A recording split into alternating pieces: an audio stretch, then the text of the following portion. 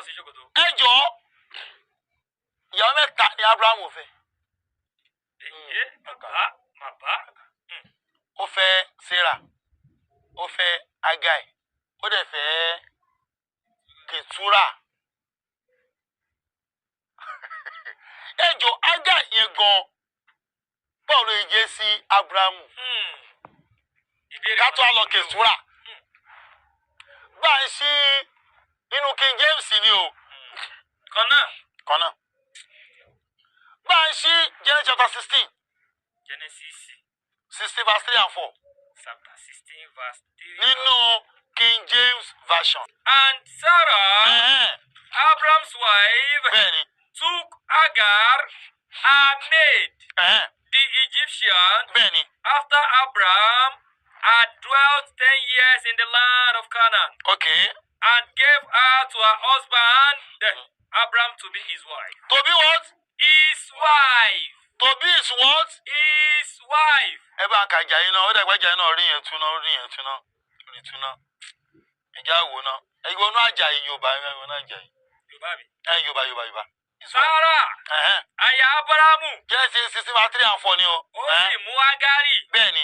ọmọbìnrin ọ̀dọ̀ rẹ̀, Bẹ́ẹ̀ni. ará Íjíbítì náà, lẹ́yìn ìgbà tí Abrahamu gbé ilẹ̀ Kénáánì Bẹ́ẹ̀ni. ní ọdún 10, ó sì fi fún Abrahamu ọkọ rẹ̀ láti máa ṣe aya rẹ̀. Láyé kí ni? Máa ṣe aya rẹ̀. Ìyàwó ni o. Nínú the Living Bible. The what? The Living Bible. Ore. Ẹgbọ́n tó wí o. Ó ní but Sarah and Abraham had no children. So Sarah took her maid, an Egyptian girl named Agai, and gave to Abraham to be his second wife. Aya kejì. To be his second wife. Ìyàwó kejì ni Agari jẹ́ sí Abrahamu. Àwọn bẹ́ẹ̀ tó wọ́n tún King James ṣe.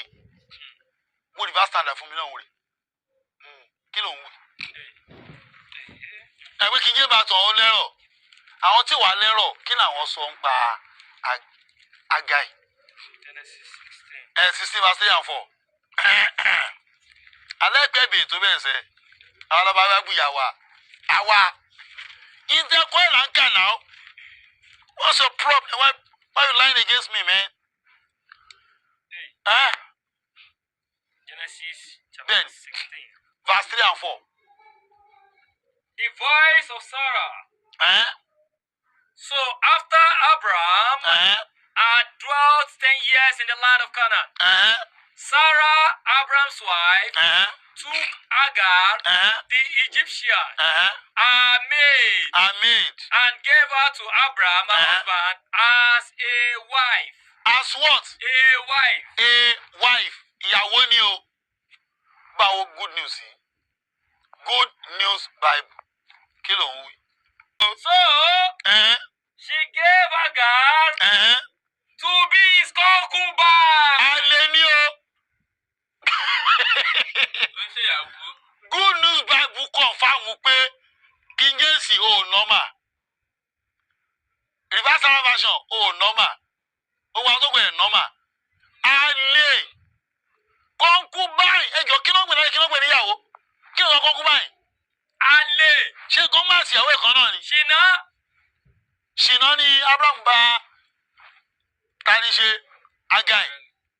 So Agai àlè Abrahamu ni kò ń ṣe ìyàwó ẹ̀. Confirm. Ṣé ìyàwó ni àbí àlè?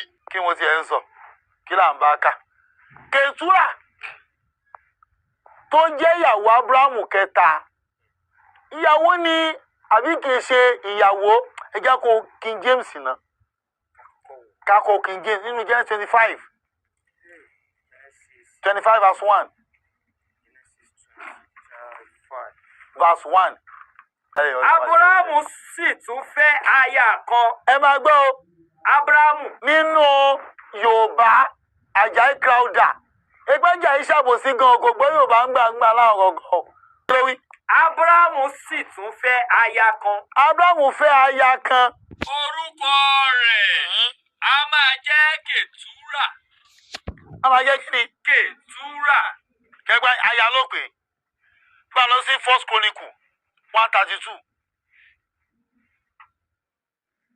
First Chronicle 132. Àti àwọn ọmọ Ketura. Àwọn ọmọ Ketura. Obìnrin Ábúráhámù. Obìnrin Ábúráhámù. Aya Ábúráhámù kọ́ ni ìtumọ̀ ẹ̀. Àbíkí náà kò lóbìnrin. Ẹ̀yin sọ́jà kan kò lóbìnrin. Aya Ábúráhámù ni now. Okay. Kọ́kọ́ wo Genesis 25 verse 1. King James ni o. Then again. Abraham took a wife. Abraham took a wife. And her name was Ketura. Her name was Ketura.